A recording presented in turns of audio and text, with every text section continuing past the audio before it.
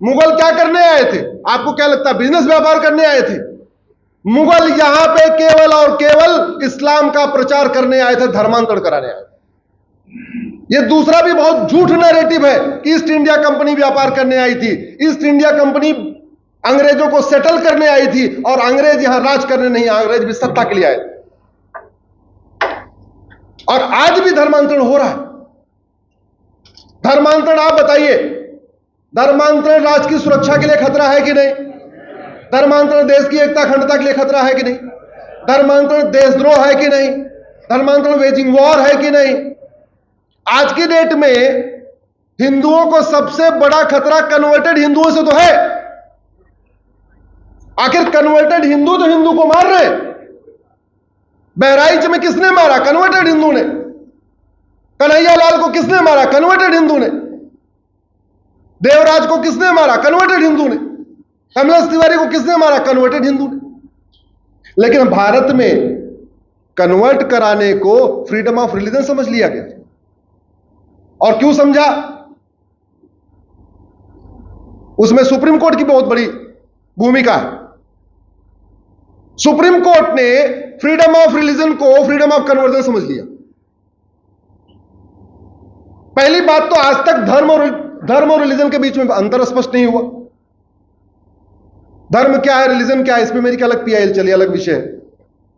मैं कह रहा हूं आज से धर्मांतरण कराने वाले और उनके मददगारों पे एनसे लगना शुरू हो जाए, यूएपीए लगना शुरू हो जाए, वेजिंग वॉर लगना शुरू हो जाए, देशद्रोह लगना शुरू हो जाए, ऑर्गेनाइज क्राइम गैंगस्टर लगना शुरू हो जाए, धर्मांतरण कराने वाले मिशनरी और जिहादी और उनके मददगारों की 100% प्रॉपर्टी जब्त करना शुरू कर दें और उनकी नागरिकता खत्म करना शुरू कर दें। नागरिकता, मैं गारंटी के साथ कहता हूं ये जितने घूम रहे हैं चारों तरफ, या तो भारत छोड़ के भाग जाएंगे या आराम से अच्छे नागरिक बन के बैठ जाएंगे।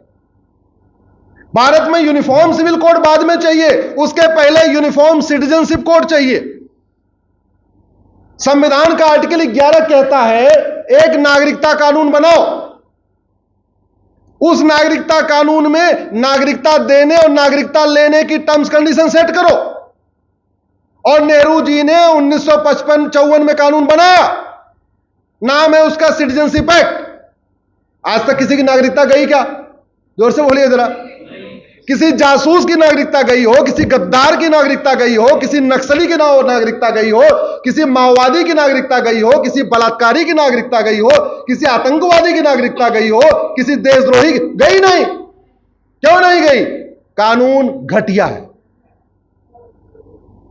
अरे भैया, अगर आपकी बीमारी ठीक नहीं हो रही है तो या तो डॉक्टर गड़बड़ है या तो दवाई गड़बड़ है। और बीमारी डॉक्टर ठीक नहीं करता, बीमारी दवाई ठीक करती है। यह बहुत बड़ी गलतफहमी है कि डॉक्टर बीमारी ठीक करता है। शरीर के अंदर डॉक्टर थोड़ी जाता है, शरीर के अंदर गोली जाती है, इंजेक्शन जाता है, वैक्सीन जाती है, टैबलेट जाती है। हमने दवाई पे काम ही नहीं किया। हम डॉक्टर डॉक्टर डॉक्टर और डॉक्टर बदलते जा रहे हैं, डॉक्टर बदलते जा रहे हैं, दवाई तो बदल ही नहीं रही है। जब दवाई बदल नहीं रही है तो बीमारी बढ़ने घटने की बजाय बीमारी तो बढ़ेगी। क्योंकि आज जो बुखार है, अगर आप अच्छी दवाई नहीं लोगे, छोड़ दोगे, तो कुछ दिन के बाद तो टाइफाइड बन जाएगा, निमोनिया बन जाएगा। सबसे जरूरत है भारत में एक सिटीजनशिप कोड की, यूनिफॉर्म सिटीजनशिप कोड, जो भारत को न माने, भारत की संस्कृति को न माने, भारत की परंपरा को न माने, वंदे मातरम को न माने, वसुधैव कुटुंबकम को न माने, नारी तू नारायणी को न माने, यत् नारस्तु पूज्यते न मंत्रे तत्र देवता को न माने, उसकी नागरिकता खत्म होनी चाहिए। यह कानून बनाना पड़े।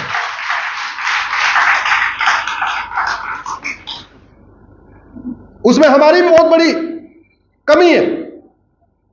हमारे हजारों संगठन, हजारों एनजीओ, सब लोग काम कर रहे हैं और अच्छा काम कर रहे हैं, अच्छा काम कर रहे हैं, एफर्ट मार रहे हैं, लेकिन अलग अलग दिशा में। कुछ लोग लगता है मंदिर बनाएंगे हिंदू बच जाएगा। मैं आपसे पूछता हूं, मंदिर बनाने से जनसंख्या विस्फोट रुक जाएगा क्या? जोर से बोलिए जरा। मंदिर बनाने से घुसपैठिए आने बंद कर देंगे क्या? जो यहां है भाग जाएंगे क्या? मंदिर बनाना चाहिए। मंदिर से धर्म की जय होती है, लेकिन मंदिर से अधर्म का नाश होता है क्या? जोर से बोलिए जरा। और अधर्म का नाश किए बिना धर्म की जय नहीं हो सकती, ध्यान रखिएगा।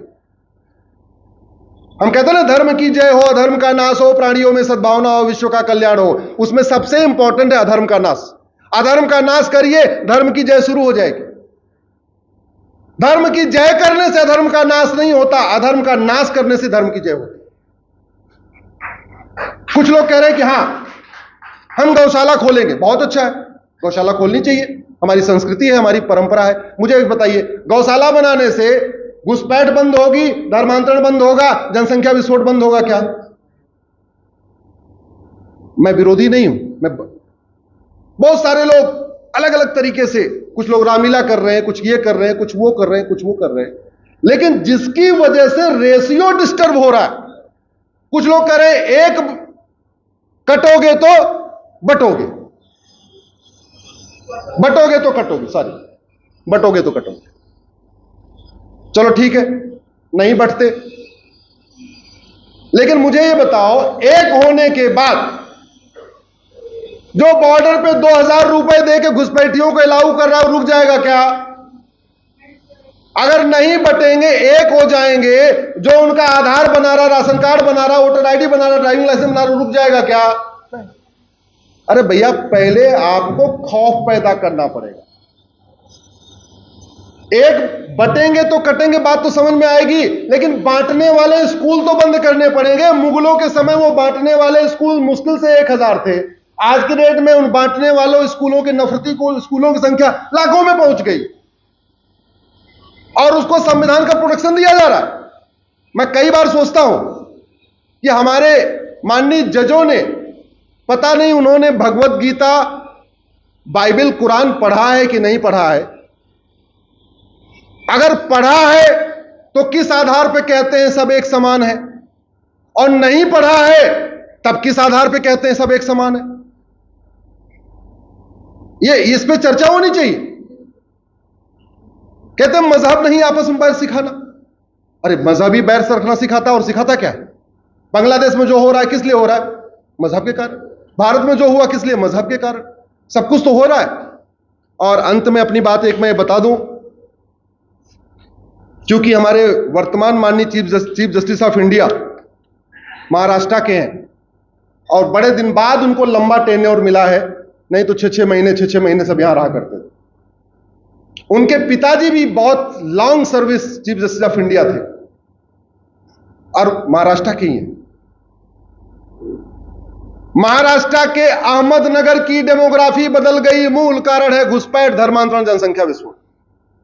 महाराष्ट्र के अकोला की डेमोग्राफी बदल चुकी है, मूल कारण है घुसपैठ, धर्मांतरण, जनसंख्या विस्फोट। अमरावती, औरंगाबाद, बीड, भंडारा, बुल्हाना, चंद्रपुर, धुले, गढ़चिरौली, गोंडिया, हिंगोली की डेमोग्राफी बदल चुकी है, मूल कारण है 3, घुसपैठ, धर्मांतरण, जनसंख्या विस्फोट।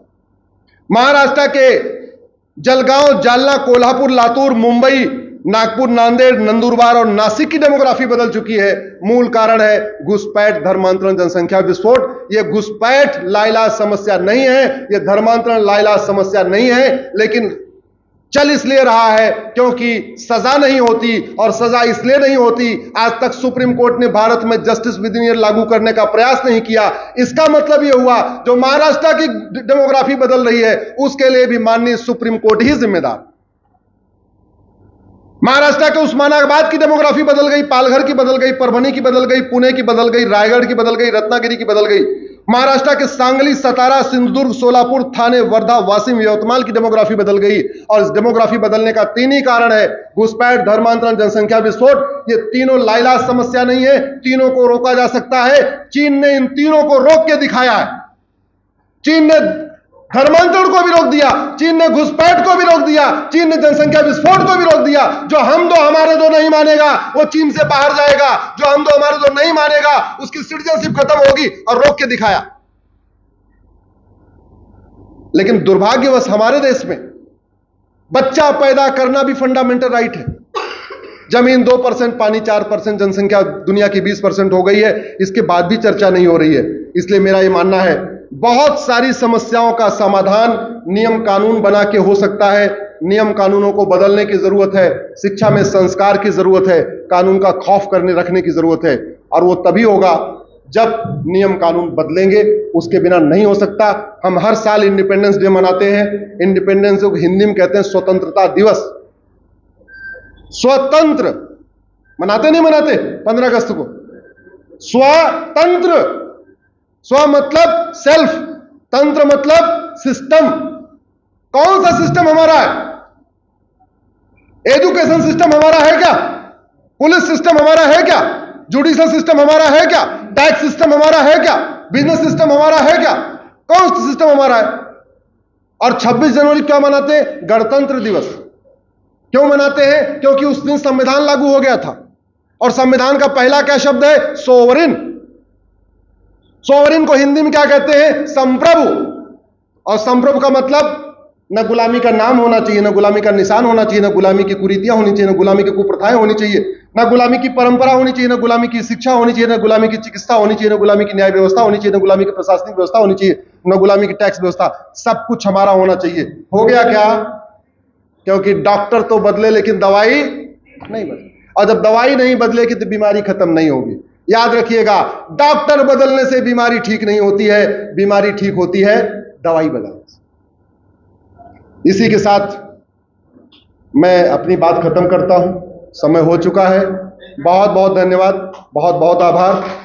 शेष सोशल मीडिया के माध्यम से जुड़े रहेंगे, चर्चा करते रहेंगे, बात करते रहेंगे। हम अपना प्रयास कर रहे हैं और ये जानते हुए भी प्रयास कर रहे हैं कि राजीव दीक्षित जी को जहर देके मारा गया। ये जानते हुए भी कि शास्त्री जी की मौत कैसे हुई थी, ये जानते हुए भी श्यामा प्रसाद जी को कैसे मारा गया था, ये जानते हुए भी दीनदयाल जी को कैसे मारा गया। इसके बावजूद मैं अपने रास्ते पे चल रहा हूं, बाकी शेष भगवान की मर्जी। बहुत बहुत धन्यवाद, बहुत बहुत धन्यवाद।